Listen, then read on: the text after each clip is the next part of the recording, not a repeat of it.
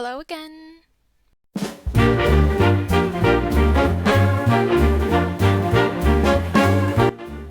Welcome to part 2 of the prediction game. Today, I try my luck predicting the events of Freida McFadden's latest release and third installment of the Housemaid series, The Housemaid is Watching.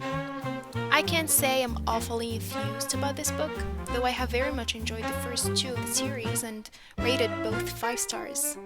The story seemed to have reached a satisfying conclusion already, which makes me and many other people wonder what direction the third book will take and if it isn't maybe unnecessary. Even still, Freida McFadden is one of my favorite authors and a talented thriller writer. I am always willing to give her books a chance. So, let's get into it.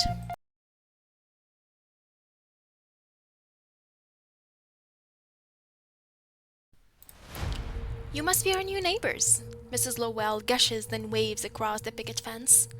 I clutch my daughter's hand and smile back, but the second Mrs. Lowell sees my husband, a strange expression crosses her face. In that moment, I make a promise. We finally have a family home. My past is far, far behind us, and I'll do anything to keep it that way. I used to clean other people's houses. Now I can't believe this home is actually mine. The charming kitchen, the quiet cul-de-sac, the huge yard where my kids can play. My husband and I stayed for years to give our children the life they deserve. Even though I'm wary of our new neighbor, Mrs. Lowell, when she invites us over for dinner, it's our chance to make friends. Her maid opens the door wearing a white apron, her hair in a tight bun. I know exactly what it's like to be in her shoes. But her cold stare gives me chills. The Lowell's maid isn't the only strange thing on our street. I'm sure I see a shadowy figure watching us. My husband leaves the house late at night, and when I meet a woman who lives across the way, her words chill me to the bone. Be careful of your neighbors. Did I make a terrible mistake moving my family here? I thought I'd left my darkest secrets behind. But could this quiet suburban street be the most dangerous place of all?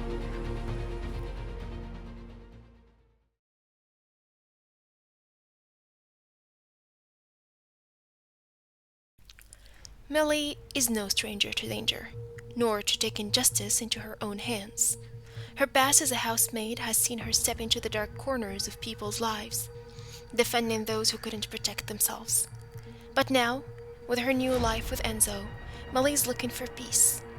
They found the perfect neighborhood, one that seems safe, well-mannered, and far from her rougher days. Eager to settle in, Millie feels this move will finally let her live the stable life she's always wanted for her children. Yet, from the very start, things feel off.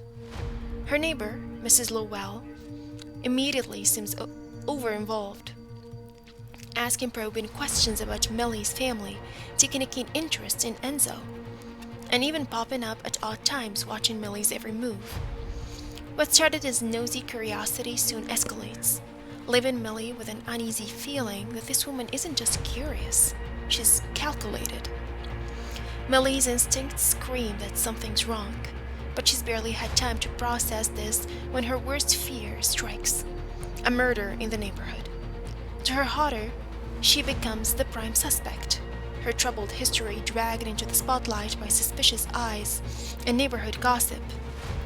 No stranger to the consequences of meddling in others' lives, Millie realizes that this is different. This isn't a misunderstanding or just prejudice. Someone is setting her up. All signs point to Mrs. Lowell, who, it turns out, knows more about Millie's past than she should.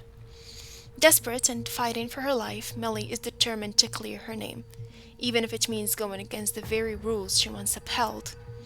One night, when all is quiet, she sneaks into Mrs. Lowell's home, hoping to find answers, but nothing could prepare her for what she discovers. As she searches the house, she stumbles upon hidden passages that lead to her own home. A dark revelation that Mrs. Lowell has been watching her, creeping through the walls, observing every vulnerable moment of Millie's life with Enzo and their children. But this time, Millie won't let herself be cornered. She confronts Mrs. Lowell and her husband, exposing their dark secrets and carefully dismantling the web of lies they've spun around her. With Enzo's help and the support of those who know her true character, Millie manages to clear her name and reveal the truth, finally exposing the Lowells as the real perpetrators behind the neighborhood's darkest events. The nightmare comes to an end, and Millie is left to pick up the pieces with her family. They decide to stay in their home, no longer haunted by the lurking shadows of the Lowell family. For the first time, Millie feels a true sense of relief and closure, ready to build the peaceful life she's always craved.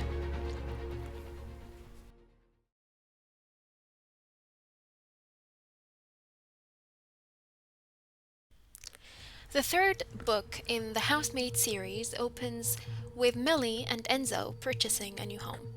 Now married with two children, Nico and Ada, they're excited about their quiet new neighborhood. But they soon find their neighbors, particularly Jonathan and Suzette Lowell, to be unusually intrusive. The Lowells have a clear view into Millie and Enzo's home, which quickly starts to feel unsettling. Enzo, still working as a gardener, picks up work in the Lowell's yard as he searches for new clients. Millie immediately becomes wary of how much time he's spending there. Although Enzo reassures her that she has nothing to worry about, her suspicions linger. The Lowell's maid, Martha, is sent to help Millie with the housework as a gift from Enzo, hoping it will ease her workload since she's now a social worker. But things quickly turn sour when Millie catches Martha stealing jewelry.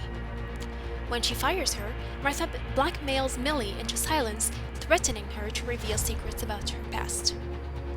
Things take a turn when Nico's ball accidentally breaks a window at the Lowell's house. To pay off the repair, Nico helps around their house, but soon he starts coming home acting differently and lies about his whereabouts, worrying Millie, his mom. Millie's suspicions about Enzo and Suzette's interactions only intensify, and tensions rise when Jonathan Lowell is discovered dead in his home. Initially, Enzo becomes the prime suspect, especially when the police find his knife with Jonathan's blood on it. More shocking revelations follow. Enzo had been helping Martha escape from her abusive husband, Jed, which explains why Martha knew about Millie's past and why she initially stayed silent, too afraid to ask for help. Just as the police prepare to take Enzo into custody, another twist surfaces. Ada had gone to confront Jonathan about discovering he had been mistreating Nico, her brother. When he tried to trap her under the stairs, she defended herself by stabbing him. But it wasn't enough to be fatal. So, who discovered the fatal blow? The final twist of the book reveals it was Martha who ultimately killed Jonathan. However, Martha evades capture, and Suzette ends up taking the blame. Pressured by Millie and Officer Ramirez, Suzette confesses, explaining that she feared Jonathan would hurt more children. Knowing he had killed a child before, she claims she acted to protect others. Finally, Millie, Enzo, and their children find peace, able to move forward from the dark events surrounding their new neighborhood and begin the life they deserve. Now let's get on with a comparison between my prediction and the actual plot of the book. Unsurprisingly, the main points highlighted in the synopsis were ones I also predicted accurately, such as Millie and her family moving into a new neighborhood, feeling both hopeful and suspicious. The hope stemmed from a fresh start, while the suspicion was fueled by the unsettling presence of their neighbor, Mrs. Lowell. So all this was already part of the synopsis. Beyond what was provided there, I managed to predict several additional details myself. These included Mrs. Lowell's invasive behavior, her inappropriate interest in Enzo, the existence of secret passages linking the Lowell's house to Millie's, and, of course, the murder. Though, being familiar with Freida McFadden's thrillers, I expected one would occur. However, while I anticipated the Lowells as the perpetrators, it turned out that Mr. Lowell was actually the victim. Naturally, everything else from this point on in my prediction was incorrect.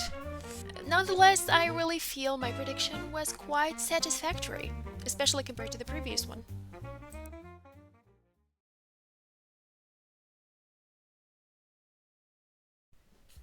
My overall impression of The Housemaid is watching is unfortunately quite negative. In short, I found the third installment disappointing.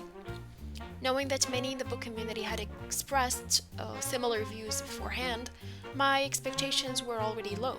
Yet, I still trusted Freida McFadden to deliver. Instead, the story felt tedious and drawn out. I struggled to stay engaged. Honestly, I ended up skimming and skipping parts just to finish, which really pains me to admit, but it's the truth. Reflecting on why I didn't enjoy it, I realized that the story didn't feel necessary. The plot lacked strength and could easily have been condensed, sparing us at least 100 pages. Regrettably, it felt as though this book was released more to capitalize on the success of the first two than to add a real value to the series. In the end, I gave it 2 out of 5 stars. This was it for today. I really hope you had a good time watching today's video, and see you soon.